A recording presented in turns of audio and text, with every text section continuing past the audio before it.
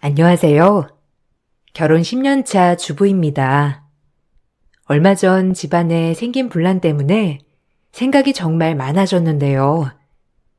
남편이 저를 이해한다고 하면서도 그래도 형님인 제가 참는 것이 낫지 않겠냐 하는 말을 슬슬 하고 있어 고민을 하다 이렇게 글을 쓰게 되었어요. 저와 남편은 대학 동기 사이였습니다. 대학에 입학하고 나서부터 친하게 지내기 시작했는데요. 사회에 나오면서는 각자의 삶을 살게 되었죠. 저는 직장에 다니다가 제 길을 발견해 사업을 시작하게 되었는데요. 남편은 직장인으로 쭉 생활을 했습니다. 그러다가 우연히 만나서 연애를 하고 결혼까지 하게 된 케이스예요. 서로 워낙 친하게 지냈었고 집에서도 자주 가다 보니 시부모님도 결혼 전부터 잘 알고 있었는데요. 성향이나 성격도 잘 맞았죠. 시댁 식구들 중에서는 대부분 저와 잘 맞았지만 가장 맞지 않았던 사람이 바로 남편의 남동생이었어요. 도련님은 능력도 좋고 잘 나가는 사람이었는데요. 남편은 동생에 대한 자격지심이 하나도 없었지만 오히려 남동생이 남편을 무시하는 경우였죠. 시부모님도 자유롭고 열린 분들이셨기 때문에 장남, 차남 차별 없이 모두 사랑으로 아껴주셨어요. 제가 시집을 갔을 때에도 시집살이 하나 없는 편안한 집안이었지만 오로지 남편의 남동생 도련님만 자주 부딪혔었죠. 집안 모임이 있는 날이면 은근히 남편을 무시하는 걸 보고 있노라면 정말 화가 머리끝까지 나기도 했습니다. 형수, 형 좀 밥 좀 잘 먹어야 되겠어요. 영 매가리가 없네. 이래서 바깥일 제대로 하겠소? 원래도 워낙 매가리가 없긴 없었지만 결혼하고 나니 어째 더 없는 것 같아. 형, 요즘 괜찮아? 들어보니까 사무실에서 적응도 못하고 난리라고 하더라고. 형 다니는 회사 상사가 내 후배인 거 알지? 내가 창피해가지고 말 안 하려고 했는데 그래도 형 잘 봐달라고 내가 잘 말해놨어. 잘했지? 그래. 잘했다.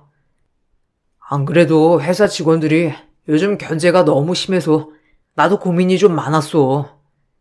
그래서 그런가 아내가 잘 챙겨주는데도 요새 좀 기운이 없는 것 같더라고. 아무튼 걱정해줘서 고맙다. 그래도 버티다 보면 좋은 날도 오지 않겠어? 솔직히 저 회사에서 버티는 것도 얼마나 할 수 있을까 싶었는데 벌써 6년이나 되었는데 그 정도면 잘 버텼지 뭐. 형은 참 속도 좋다. 그런 거지 같은 회사에 6년이나 시간을 낭비하다니. 하긴 거기서 경력 쌓아야 뭐 형도 다른 곳도 갈 수 있고 그렇긴 하겠지만 아무튼 내가 공부라도 할 때 했으면 얼마나 좋아? 지금 이렇게 고생하지 않고도 편한 곳에서 일하지 않았겠어? 형 볼 때마다 내가 걱정이 이만저만이 아니야. 도련님은 형 걱정하실 필요 없어요. 우리 남편 6년이나 그 거지 같은 회사 거뜬히 버틸 만큼 밖에서 정말 잘하거든요. 거기 진짜 능력 좋은 사람들도 못 버티고 그만두고 잘리고 그러는 곳이라는 건 도련님도 아시죠? 다들 그래서 일 잘한다고 칭찬 일색인데. 역시 가족이라서 그런가? 더 깐깐하게 보는가 봐요. 도련님은 요즘 일 잘 되세요? 도련님 다니는 회사 상사도 제 친구인 거 아시죠? 들어보니까 요즘 실수가 많아가지고 좀 지켜보고 있다고 하더라고요. 친구는 비밀이라고 했는데 그래도 가족인데 제가 살짝 말씀드리니 조심하는 게 좋겠어요. 이제 좀 있으면 인사 이동도 있다면서요. 그래도 밀려나진 않는 게 좋지 않겠어요? 그래요? 고마워요, 형수. 형수도 일은 잘 되고 있어요? 사실 내가 다른 건 잘하는데 형수는 도통 무슨 일 하는지 내가 알 수가 없으니까 뭐라 할 말이 없네요. 형 말로는 돈도 점점 많이 벌어오고 잘 된다고 하지만 뭐 겉으로 봤을 땐 티가 잘 안 나서. 그렇게 잘 되면 형수님 옷이라도 좀 멋있고 고급스러운 걸로 사 입어요. 매번 후줄근하게 옷이니 잘 나가는 줄도 모르겠네요. 형수님, 그래도 돈 벌면 쓸 곳은 써야 되는 거예요. 아, 도련님, 이런 브랜드 같은 건 잘 모르시는구나. 하긴, 이게 잘 티가 안 나긴 하죠. 요즘은 브랜드라고 바로 확 티나는 건 촌스럽다고 잘 안 그러거든요. 이것도 꽤 비싼 브랜드인데, 도련님이 잘 모르시니 그러실 수 있어요. 그래도 아는 사람들은 다 알 텐데. 이 브랜드 궁금하시면 제가 알려드릴게요. 가격도 좋고 퀄리티도 나쁘지 않아가지고. 아, 이 정도는 좀 부담이실 수도 있겠네요. 남편의 남동생 도련님은 항상 남편과 저를 어떻게든 길을 눌러보려고 애를 썼습니다. 남편은 그런 남동생의 태도를 그저 허허 받아줬지만 저는 절대로 받아주지 않았죠. 알게 모르게 무시하는 것이 느껴져서 저는 다른 누구보다 절대로 지고 싶은 마음이 없었습니다. 그런 콧대 높은 도련님이 어떤 사람과 결혼이나 할 수 있을까 싶었는데 어느 날 딱 자기랑 비슷한 사람을 데리고 왔죠. 첫 인사 자리에서부터 이 사람 도련님과 다를 바 없구나를 바로 느낄 수 있었습니다. 저랑 만나고 있는 사람이에요. 저희 결혼하고 싶어요. 상견례 하기 전에 각자 집안의 인사는 해야 할 것 같아서 이렇게 왔어요. 궁금한 거 있으면 직접 물어보세요. 워낙 능력이 좋은 사람이라서 내가 이 사람 꿰려고 엄청 노력을 많이 했거든요. 그러니까 너무 견제하지 마시고 잘 봐주세요. 사회에서는 정말 능력 탄탄한 사람이니까. 자기도 참. 안녕하세요. 김송이입니다. 재준 씨랑은 소개로 만났어요. 2년 동안 연애했는데 가족들은 서로 이번에 처음 봤어요. 가끔 어머님은 뵙긴 했지만 다른 가족분들은 처음이네요. 형님이랑 형수님은 저 처음 보시죠? 잘 부탁드려요. 어머, 반가워요. 도련님이 만나는 사람이 있다는 건 알았는데 이렇게 멋진 분이신진 몰랐네요. 앞으로 잘 지내봐요. 결혼은 이제 준비하려고 하시는 거예요? 결혼 준비하시려면 정말 바쁘시겠어요. 나야 결혼한 지 이제 10년이 다 되어가지고 어떻게 준비했는지 전혀 생각이 안 나네요. 우리 할 때에 비해선 요즘은 더 고급스럽고 깔끔하게 잘한다고 하더라고요. 아무래도 10년 전이랑은 좀 비교하기 힘들지 않겠어요? 그때는 뭐 돈 없어도 대충 결혼식 할 수 있었잖아요. 요즘은 스냅부터가 다르잖아요. 웨딩드레스도 퀄리티부터가 다르고. 그러고 보니 형님은 무슨 일 하세요? 들어보니까 사업하신다고 하시던데. 아, 조그맣게 물류업하고 있어요. 개인이 아니고 기업 대 기업이라서 아마 생소하실 수도 있겠네요. 도련님이랑은 같은 분야에서 일하신다고 들었어요. 도련님도 정말 바쁘신데 일하시느라 바쁘겠네요. 요즘 도련님은 매일 야근하신다고 어머님이 걱정이 많으시더라고요. 결혼 준비까지 하려면 정신 없겠네요. 아, 뭐, 저는 그것보다 능력이 좀 있어서 여유로운 편이죠. 어떤 사람들은 열심히 일하면 그만큼 돈 번다고 하지만 짧은 시간 내에 많이 버는 것도 능력이라면 능력이죠. 저는 그런 능력을 갖고 있으니까 뭐 문제 없어요. 근데 물류업이면 제가 알만도 한데 어딘지 전혀 모르겠네요. 조그맣게 하시는 거예요? 요즘 물류업 경기가 안 좋다고 하는데 아휴, 걱정 많으시겠어요. 들어보니 남자친구가 형도 직장이 위태롭다면서 걱정 많이 하던데. 여러모로 고민 많으시겠네요. 대놓고 무시하는 동서의 태도를 보니 도련님이 끼리끼리 아주 잘 만났다고 생각을 했습니다. 사실 도련님과는 시댁에서 모임을 갖지 않는 이상 거의 만나는 일이 없었어요. 그래서 한 번씩 얄밉게 말을 하긴 해도 자주 마주치지 않으니 어려움이 없었죠. 그렇지만 도련님이 결혼을 하고 나서는 여러모로 스트레스를 받는 일들이 많아졌어요. 아무래도 새 식구가 들어오니 시댁에서도 자주 보면서 친해져야 한다는 말들이 있었죠. 그래서 자주 모임을 갖게 되었습니다. 근데 매번 갈 때마다 비아냥거리는 동서 부부의 모습을 보면서 속에 끓어오르는 분노를 여러 번 감내해야만 했습니다. 동서는 집안에서 주도권을 잡기 위해 부단히도 노력했죠. 시부모님이 워낙 쿨하시고 제 말에는 거의 동의를 해주셨기 때문에 사실 언뜻 보면 제 뜻대로 흘러가는 것처럼 보였거든요. 그렇지만 저 역시 오랜 결혼 생활로 시댁 식구들의 모든 상황을 다 고려하고 있었기에 보통은 정리를 다하고 이야기를 하는 것들이 많아서 실제로 보면 제가 주도권을 잡기보다는 정리를 하는 것이라 볼 수 있었어요.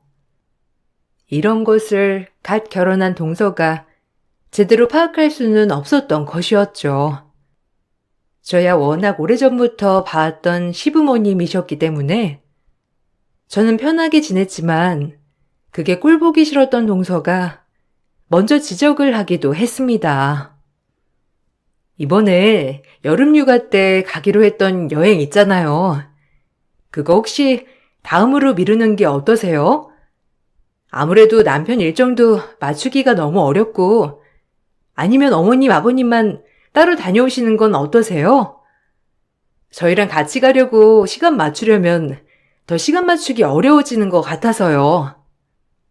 일정이나 이런 건 제가 알아서 다 짜드릴 테니까 그대로 편하게 여름휴가 다녀오시면 될 것 같아요. 아, 그래. 그네가 알아서 정해 말해줘. 일정이 안 맞다니 어쩔 수 없지 뭐.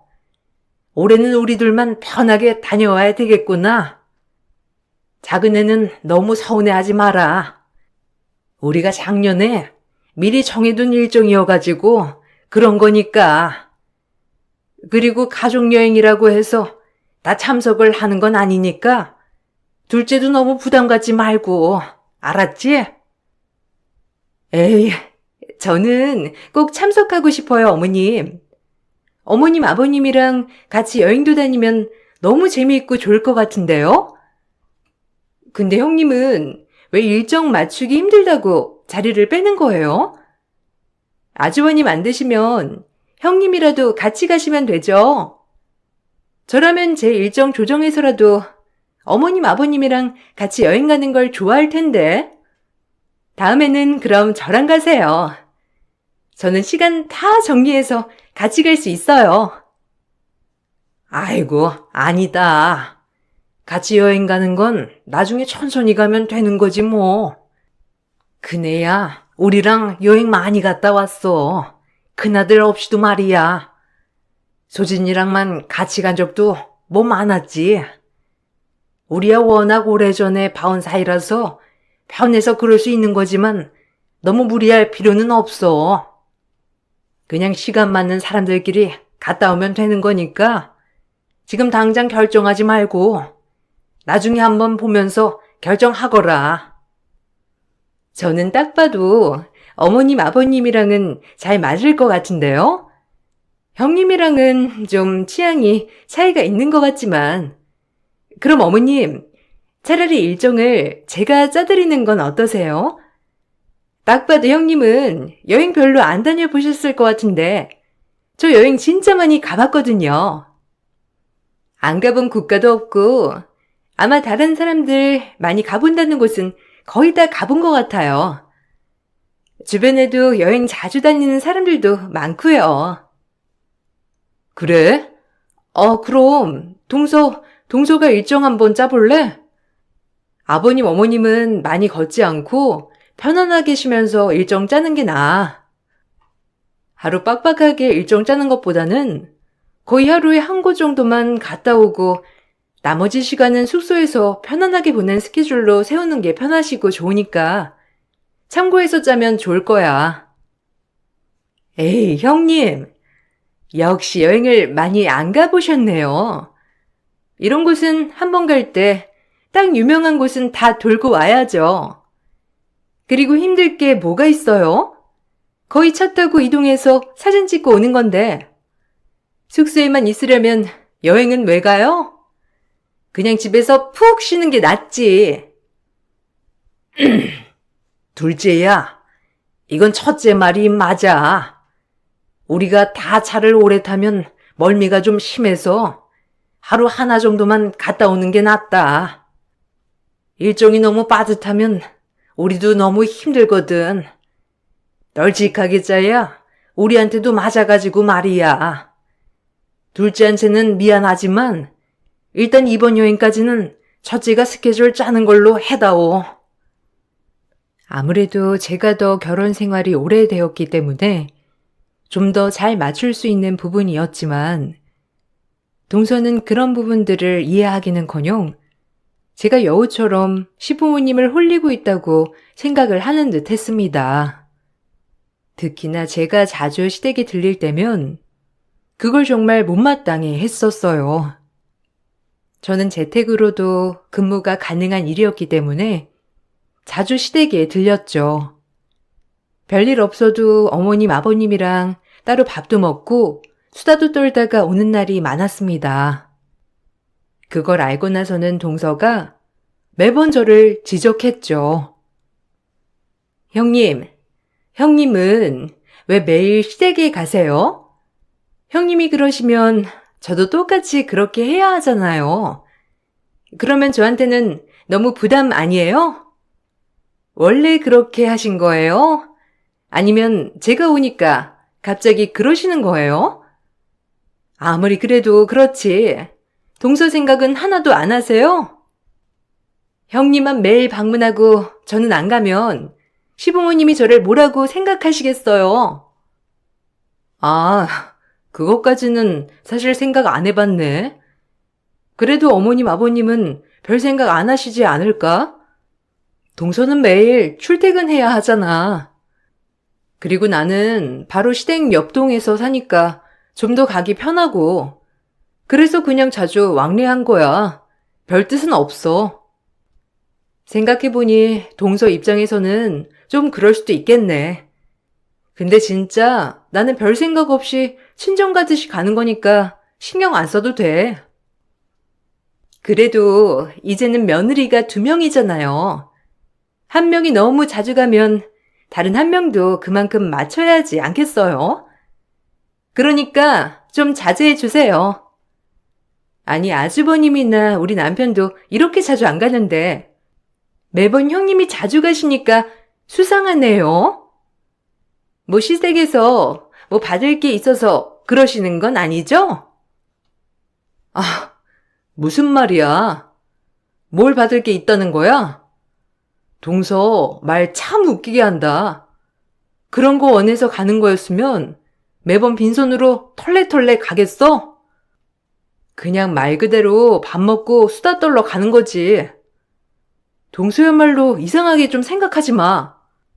그리고 나야 시간이 여유로우니까 이렇게 가지. 동서는 일하느라 바쁘지 않아? 그러면 다 이해해 줄 거야. 그래도 좀 자제해 주세요. 저는 이제 막 결혼했는데 형님이 매일 시댁에 간다고 하면 부담되고 그렇잖아요. 일부러 그러시는 거예요? 저 보라고 그러신 거면 그만두세요. 진짜 부담되니까요. 동서의 견제는 여기에서 끝나지 않았습니다. 가장 견제를 많이 하는 것이 바로 금전적인 것이었죠. 워낙 남편들의 연봉이 크게 차이 나니 동서는 자연스럽게 우리 집이 자신들 가정보다 조금 기울어져 있을 거라고 생각을 하는 듯 했습니다. 거기다가 저나 남편이나 명품에는 거의 관심이 없어가지고 다니거나 입는 것 중에도 명품이라고는 바로 딱 보일 만한 것들은 거의 없었죠.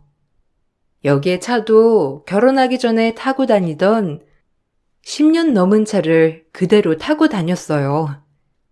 이런 상황에서 빡빡하게 살고 있을 거라 생각을 했던 거죠. 아이고, 형수. 형 차 좀 바꿔줘요. 이게 뭐야? 벌써 10년이나 넘었어. 요즘은 차도 10년 넘게 안 탔는데 중고로 넘겨도 이건 반의 반도 안 나오는 차잖아요.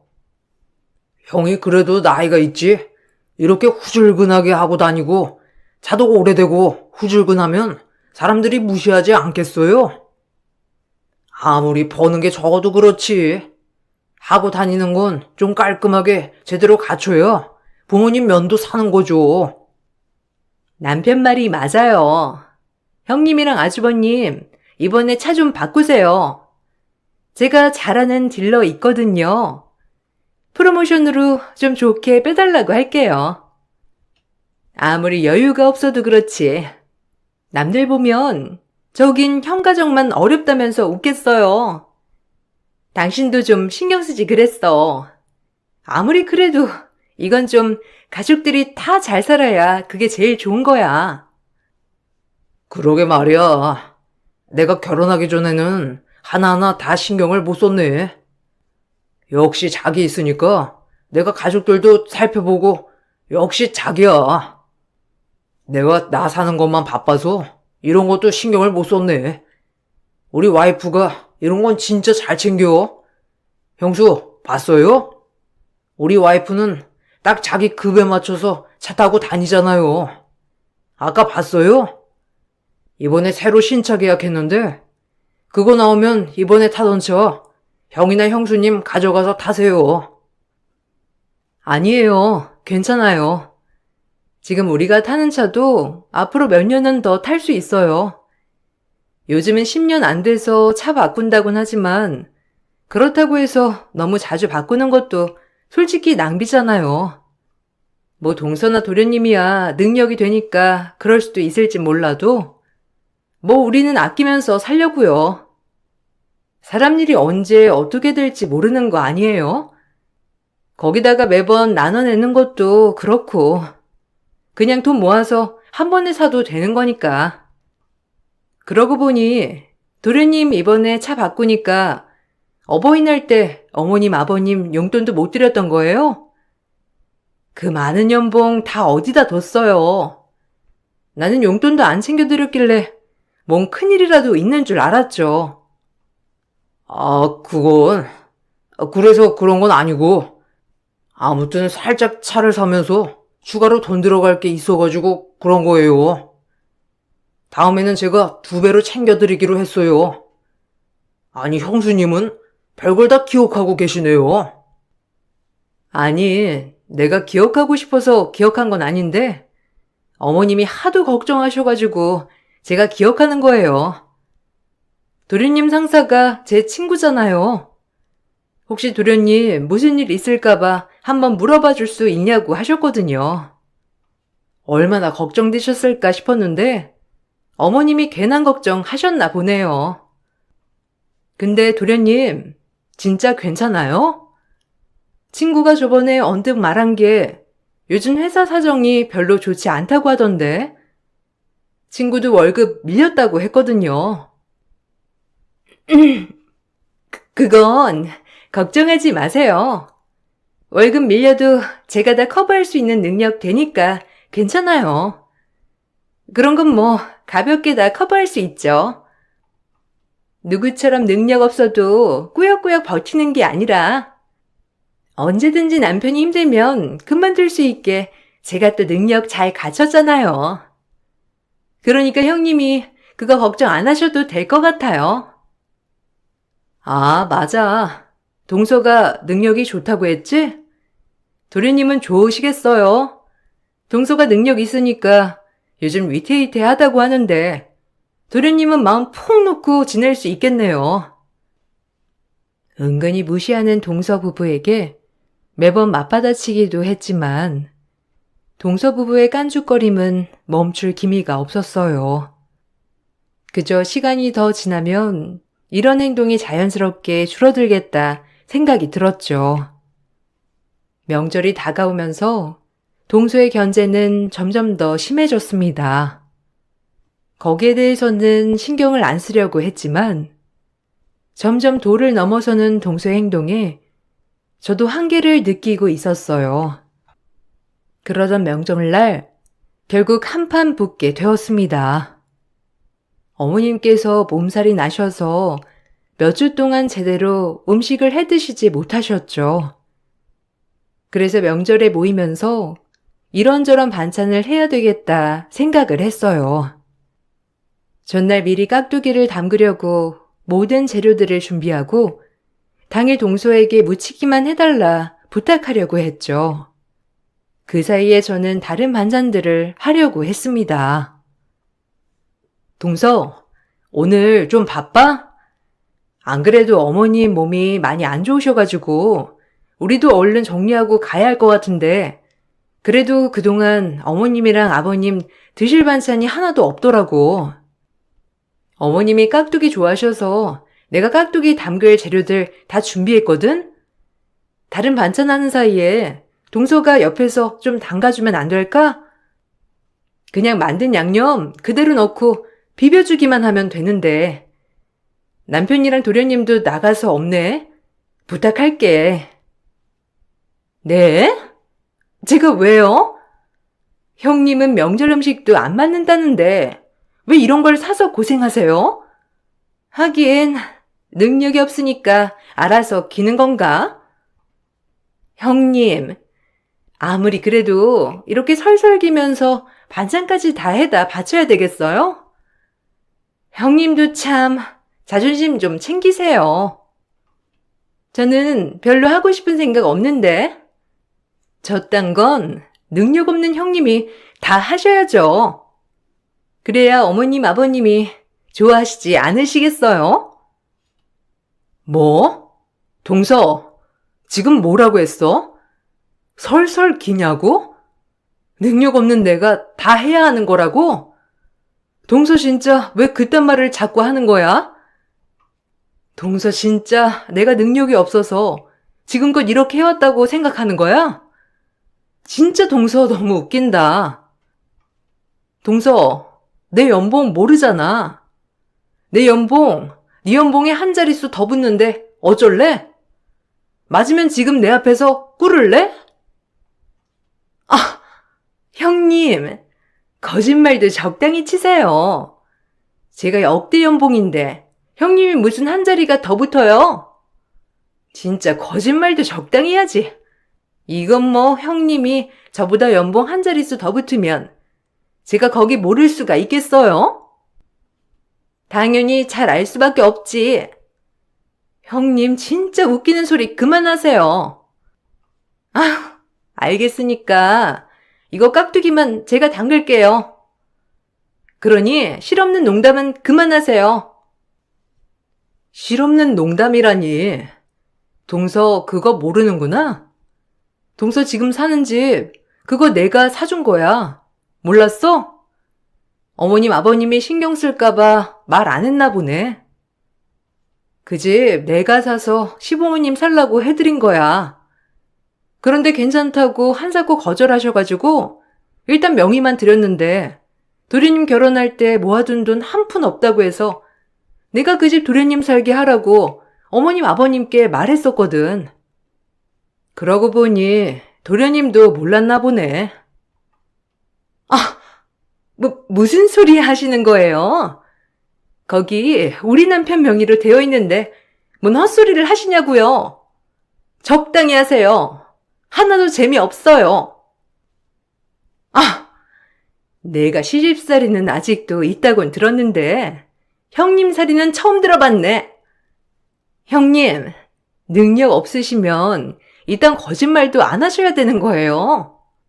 들통날 거짓말을 왜 하고 있는지 알 수 없네요. 거짓말? 진짜 거짓말인지 한번 알아볼래? 아, 어머님 아버님한테 물어보면 되겠네. 어려울 게 뭐가 있어? 아니다. 도련님한테 한번 집주인이 누구인지 물어봐. 도련님한테 물어봐도 알겠다. 아마 어머니 명의로 되어 있을걸? 동서는 능력이 없어 시댁 반찬까지 다 해다 바치는 것이냐며 말했습니다. 그런 동서의 말에 그동안 참아왔던 것이 폭발했죠. 저는 사업을 하면서 연봉 10억을 벌어들이고 있었어요. 그보다 더한 해도 있었죠. 모아둔 돈은 그대로 저축도 하고 투자도 하면서 시부모님이 좀 더 편하게 지내실 수 있는 넓고 좋은 아파트도 준비를 해드렸습니다.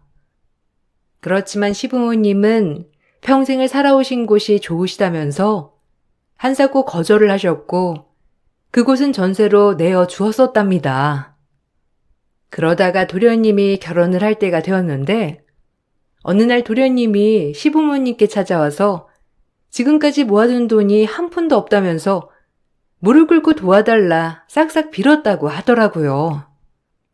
저에게 그때 그 집을 도련님께 빌려줘도 괜찮겠냐 물어보셨는데 그때는 그 집은 이미 제 손을 떠나 시부모님 집이었기 때문에 그렇게 하시라고 말씀을 드렸던 것이었죠. 동서는 이 사실을 알고 나서 사색이 된 채 집을 나갔습니다. 갑자기 가버린 동서의 행방을 물으시는 시부모님께 저는 그동안의 이야기를 모두 해드렸습니다. 시부모님은 저에게 미안하다고 하셨죠. 시부모님조차 면목이 없다며 말하는 일을 동서 부부는 저희 집까지 찾아와 뻔뻔하게 따지기 시작했습니다. 아니, 형수님. 지금까지 저 속이고 계신 거예요? 그렇게 연봉이 좋았으면 말이라도 해주지 그랬어요. 제가 하는 말 얼마나 웃겼어요? 사람 우습게 만드니까 재미있으세요? 그리고 그 집 저희 부모님 명의로 되어 있는 건데 왜 형수님 집이라고 하셨어요? 어찌되었든 지금은 제 부모님 명의잖아요. 왜 줬다 뺏는 것처럼 하시냐고요? 제가 뭘 줬다 빼는 것처럼 했다는 거예요. 동서가 하도 저를 하대하기에 제가 그렇게 말한 겁니다. 그리고 연봉이 적으면 그 모든 일 제가 다 해야 되는 겁니까? 그리고 어려운 일 시킨 것도 아니고 거기다가 지금껏 잘해주신 시부모님 드실 반찬 만드는 건데 연봉 운운하면서 하니마니 해야 되냐고요. 그게 더 이상한 거 아니에요? 도련님 지금 이상한 곳에 화내고 있으신 거 아세요? 아니, 됐고. 형수님이 지금 저랑 우리 와이프 무시한 거잖아요. 그동안 여러 번 금전적인 거 이야기했는데도 그럴 때는 별말 안 하다가 지금 와서 연봉이 한 자릿수 많니 하면서 말하는 건 무시하는 거 아니고 뭔데요? 형수님 참 무서운 사람이었네요. 아니, 나중에 뒤통수도 제대로 치겠어요. 도대체 저한테 왜 그렇게 말씀하시는 건데요? 이거 진짜 예의 없는 거 알아요? 제가 뭐 돈 자랑한 것도 아니고 지금까지 아무것도 자랑해 본 적도 없고 연봉 말 꺼내 본 적도 없잖아요. 먼저 연봉 어쩌고 한 건 동서예요. 동서보다 능력이 없으니까 제가 다 해야 하는 거라 말해서 정정해 준 것뿐인데 뭐 잘못됐어요? 형님, 말을 왜 지어서 하세요? 형님이 저한테 무릎 꿇으라고 하셨잖아요. 그 말을 쏙 빼고 왜 형님한테 유리한 것만 말씀하시냐고요. 그리고 명절 음식 하나도 준비 안 하는 곳이라는 거 뻔히 아는데 첫 명절에 파리바리 다 싸들고 와서 음식하라고 하는 건 텃세 아니고 뭔데요? 아무리 어머님이 아프시다고 하지만 형님이 왜 나서서 음식하고 있냐고요? 동서, 내가 말 안 했어? 내가 다른 거 다 준비할 테니까 이미 다 준비된 깍두기만 양념에 비벼달라고만 한 거잖아. 도련님이나 남편 있었으면 시켰을 텐데 그 자리에 없어서 후딱 그것만 해달라고 했잖아. 내가 다른 거 시켰어? 그리고 연봉이 동서보다 높으면 무릎 꿇겠냐고 한 거지 무슨 말을 지어서 했다는 거야? 나 참 어이가 없네. 어이가 없어요? 지금 저보다 더 어이가 없어요? 아니, 내가 다른 곳에서 이런 취급을 안 받는데 형님이 이러시니 제가 더 어이없네요. 텃세도 이런 텃세가 없네. 하긴 가해자는 자기가 가해자인 줄 모른다고 하니 뭐 형님이 이게 시집살이 시키는 거예요. 아세요? 시집살이? 동서랑 도련님이 지금까지 나랑 우리 남편 무시한 건 뭐야? 그건 그냥 장난으로 하는 말이고 농담이니? 그동안 돈도 못 벌고 못 산다고 만날 때마다 무시하고 깔봤던 건 그건 뭔데? 그때마다 허허 웃으면서 넘어갔던 건 생각 안 나고 막상 내가 이렇게 하니까 이제 와서 시집살이라고 하니? 와, 진짜 정신 못 차렸네. 내가 진짜 정신 한번 제대로 차리게 해줘야 되겠네. 진짜 웃긴다. 그래, 정신 한번 차리게 해줘 봐라. 어디 누나나 깜짝이나 하나. 웃기고 앉아있다 정말로. 이제는 능력으로 누르겠다 이거니? 와, 무서워서 살겠어. 내가 참 형님 살이를 이렇게 고되게 한다 정말. 어디 한번 해봐요. 그렇게 저와 남편을 능력 없는 사람으로 무시하던 동수와 도련님은 상황이 역전되자 제가 시집살이를 시킨다며 이야기를 했죠. 시부모님은 저의 이야기를 듣고서는 모든 결정에 따르겠다고 하셨습니다. 가장 먼저 했던 것은 시부모님이 가지고 계셨던 집을 제 명의로 바꾸는 것이었습니다. 그 후에 저는 동서 부부에게 퇴거 명령을 내렸죠. 그리고 그동안 도련님 상사였던 친구가 저를 생각해 도련님을 지방으로 보내지 않았던 것을 그럴 필요 없다고 했습니다. 친한 친구였기 때문에 저를 생각해서 거의 다들 꺼려하는 지방 지점으로 보내려고 했던 것을 겨우 막고 있었는데 이제는 그럴 필요가 없다고 얘기를 해주었죠. 얼마 지나지 않아 도련님은 지방 지점으로 발령이 나게 되었습니다. 그곳은 거의 1년 만에 사람들이 그만두는 곳이기도 했어요. 모든 상황들이 이렇게 흘러가자 결국 동서와 도련님은 저에게 미안하다며 사과를 해 왔습니다. 형님, 제가 잘못했어요. 정말 죄송해요. 제가 너무 건방지게 굴었습니다. 처음에 기선제압을 해야 한다는 말을 많이 들어서 제가 섣부르게 행동했어요. 기분 나쁘셨다면 정말 죄송해요. 그렇지만 형님이 저희 남편 지방으로 보내시는 건 너무하신 것 같아요. 친구분께 입긴 넣으신 거예요? 그렇게까지 꼭 하셔야 되겠어요? 무슨 소리야? 내 입김이 작용이나 하겠니? 거긴 내 회사도 아닌데. 이미 도련님은 그 회사에서 아웃이었어. 알아? 도련님 알고 있지 않았어요? 몇 년째 실적은 없고 솔직히 승진도 계속 못하고 떨어졌잖아요. 위기라고 알고 있지 않았어요? 연봉도 오히려 줄어들고 아마 끝일 거라 생각했는데 겨우겨우 버티고 있었잖아요. 그거 제 친구가 그래도 저보고 계속 보류해서 남았던 거예요. 근데 뭐 이제 그럴 필요 없지 않겠어요? 그렇게 제가 자신들 무시하고 그런다는데 제가 손 떼야죠. 아, 형수님, 정말 죄송합니다. 정말 그런 상황인 줄 몰랐어요.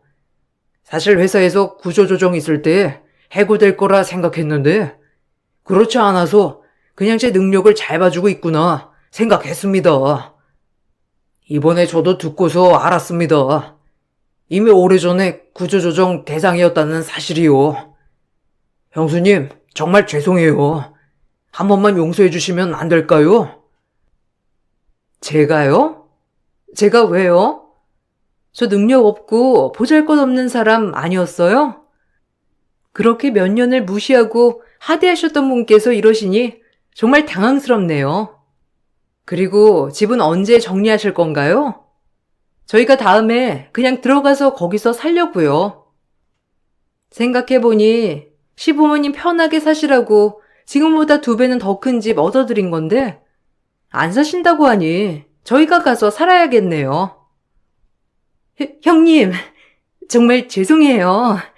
제가 진짜 부족했습니다.